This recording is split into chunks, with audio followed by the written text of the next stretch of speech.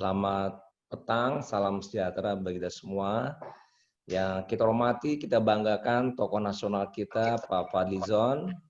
Luar biasa, sambutan singkat tapi sangat bermakna buat kita semua.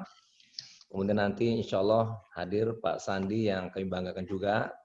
Kemudian para narasumber, tadi sudah banyak nih, saya juga mendengar dari beberapa pemangku kepentingan, dari Ibu Wali Kota Padang, Ibu Gubernur juga, dan juga beberapa pelaku-pelaku, termasuk juga dari para pakar. Terima kasih banyak dan beliau saya hormati, dan tentu para peserta webinar ini.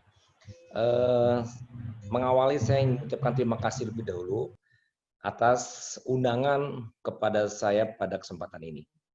Terasa letih pulang dari ladang, hasil ladang bawa segoni. Terima kasih saya telah diundang menjadi pembicara di forum ini. Dan kemudian kami melihat bahwa kegiatan webinar terkait rendang ini sangat bermanfaat dan tidak pernah habis-habisnya kita membicarakan rendang ini untuk kepentingan masyarakat, baik masyarakat Minang ataupun kita secara umum di Indonesia. Kupas Queenie dibelah 4, memang Queenie untuk dijual. Forum ini sangatlah bermanfaat walau dilakukan secara virtual. Dan kita sama-sama tahu bahwa rendang memang sudah mendunia dengan CNN setidaknya 2 kali dalam waktu yang berbeda. Tadi disebutkan 2011 dan berikutnya 2013 atau 2014 saya lupa. Itu rendang nomor 1. Mungkin di antara peserta ada yang bukan dari Minang. Saya ingin sampaikan juga bahwa rendang itu macam-macam. Tadi Pak Fadlizon menyebut 50 kota rendang yang paling enak. Betul, tadi ada satu contoh yang menarik. Ini tadi siang, saya makan nasi bungkus sama istri saya. Itu makan nasi bungkus rendang. Ya, isinya memang hanya rendang sama nasi bungkus. Kemudian pada saat saya lagi buka itu, ada orang yang di rumah saya yang biasa menyiapkan makanan, Pak Gub itu ada juga tuh rendang satu di dalam katanya. Itu rendang, disebutin rendang yang terkenal juga. Ini bosan dibeli. Nah, itu contoh di satu sisi pada saat yang sama saja saya dihadapkan 2 masakan rendang yang diklaim oleh orang-orang tersebut, ini yang paling enak, ini yang paling enak. Dan ternyata ketika kita coba cicipi, memang enak semuanya. Nah, jadi memang susah juga orang Solo, rendang Solo bilang dia paling enak. Ya kan rendang Bukit Tinggi juga, Payakumbuh, Agam, wah tanah datar juga luar biasa juga. Cuman yang menang memang Padang. Bagaimanapun kalau keluar namanya rendang Padang juga. Ini kadang-kadang protes orang 50 kota Bukit Tinggi dianggapnya kota Padang, padahal Padang itu mewakili Sumatera Barat. Kita orang luar Padang kalau di luar Sumatera Barat pasti dikenalnya sebagai orang Padang. Jadi ini mau dimaklumi. Tapi berkaitan dengan klaim tadi tidak ada salahnya, sah-sah saja.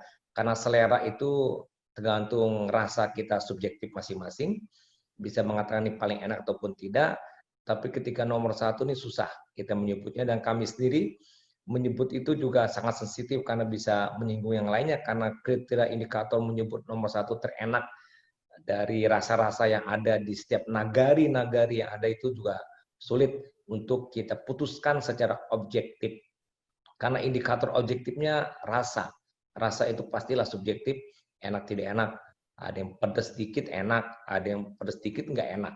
Ada yang pedas banyak enak, ada yang nggak pedas malah enak. Jadi itu rasa yang sebetulnya berbeda, tetapi rasa yang beragam lidah pada masyarakat dunia ternyata terhadap rendang mereka bisa menerima. Ada Bapak William Wongso. Bapak William Wongso itu luar biasa. Dia mengekspor rendang tontonan ke Eropa. Dan beliau pun mengajarkan rendang kepada chef-chef dunia yang ada di Eropa. Dan hotel-hotel di Eropa pun juga banyak yang menyediakan makanan rendang dengan biaya paket per piringnya itu cukup mahal juga. Dan bahkan rendang di Eropa itu juga dagingnya bukan hanya daging sapi, tapi daging setempat, bahkan dari barbecue, bisa juga babi dan sebagainya. Ini contoh rendang bisa kemana saja, termasuk keluar. Dan ini juga menjadi tantangan buat kita di daerah, untuk juga mampu dan bisa seperti saudara kita yang lain yang bisa mampu mengirim ya rendang ini keluar. Jadi pemasaran itu yang mungkin saya anggap penting. Terbang ke sawah si ketitiran, terbang rendah bersama anaknya. Yang jadi masalah kini adalah pemasaran, begitu juga dengan kemasannya. Ya, kemasan sudah mulai agak baik, tapi kadang-kadang tentu kita perlu untuk meningkatkan lagi. Pak Ilham, ini masih ada waktu sedikit lagi, 3 menit lagi.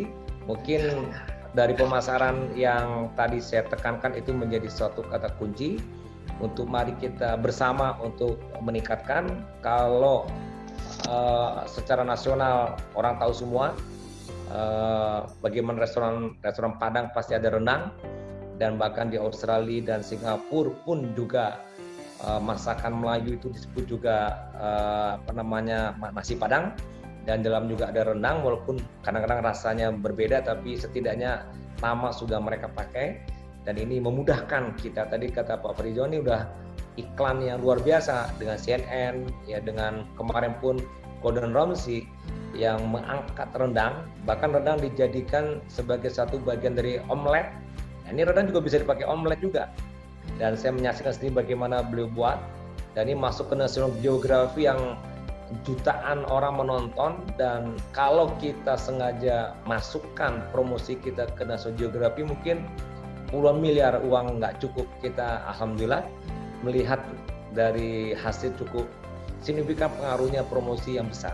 Dan ini juga sudah banyak orang yang mengenal kenapa Gordon Ramsay mengambil tidak Malaysia, tidak Singapura di ASEAN ini, tapi juga tidak Thailand, karena pilihan ASEAN-nya adalah ke Indonesia.